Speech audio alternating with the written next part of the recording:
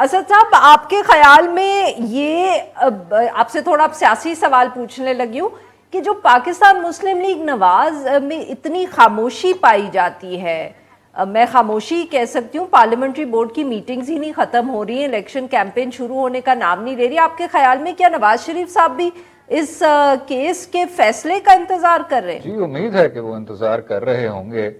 आखिरकार 2010 में उनकी जो जमात थी वो असेंबली में थी, उनसे ये कहा भी गया कि ये जो 62(1)(f है ये फौजी आमिर का दिया हुआ है, और उन्होंने उसके नतीजे में उसको हटाने की जगह उसको मजीद बाइख्तियार कर दिया। अफसर साहिबा बिल्कुल ठीक कह रही थी, हमारी तारीख में ये जो मोरालिटी के सर्टिफिकेट दिए जाते हैं ये बिल्कुल मुनासिबत से हट गया है। मोरालिटी क्या, यहाँ तो गद्दारी की भी सर्टिफिकेट दिए जाते हैं।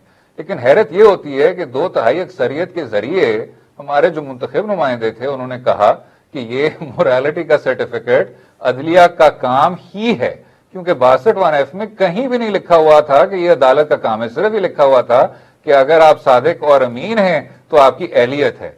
लेकिन उन्होंने फिर ये अल्फाज शामिल कर दिए, there being no declaration to the contrary by a court of law. तो हमारे शायद नुमाइंदों को ये सोचना चाहिए था कि इसके कुछ असरात होंगे और इसका एक खुद से एक सिलसिला चल पड़ेगा। तो एक तो ये चीज, जो दूसरी चीज है वो ये है कि मुस्लिम लीग नवाज को मेरे ख्याल से कोई अफसोस का तो इजहार करने की जरूरत है नहीं। हमने देखा अभी जो प्रैक्टिस एंड प्रोसीजर वाला कानून था वो आइन के मातहत कवानीन के जरिए बना था, और उस असेंबली में वही कोताहियां थी जिसका अतर साहब जिक्र कर चुके हैं। लेकिन 2/3 अक्सरियत के बगैर अदालत उज़्मा ने एक बिल्कुल ही बेबुनियाद कानून को मंजूर करते हुए एक पूरा दायरा इख्तियार का जो लेवल था वो हमारे अदालती निजाम पे इम्पोज कर दिया। यानी ओरिजिनल जुरिस्डिक्शन सो मोटो के ऊपर आपने एक अपील शामिल कर दिया बगैर किसी आईनी तरमीम के।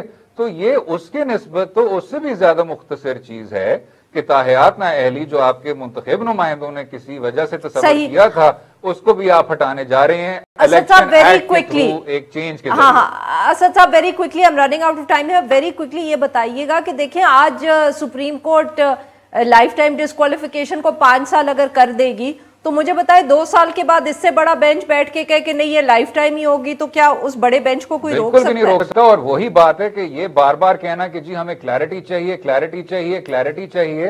एक 5 रुकनी बेंच इसका फैसला कर चुकी है 2018 में, आपको क्लैरिटी दे दी थी, और उस क्लैरिटी में ये था कि आपके अपने नुमाइंदों ने 2010 में जनरल जिया की तरमीम को फॉर सम रीजन अपहोल्ड करते हुए उसको मजीद बाइख्तियार किया है, ताहियात नाअहली है। तो अब आप उसको ओवरटर्न काफी इस बिल्कुल ठीक।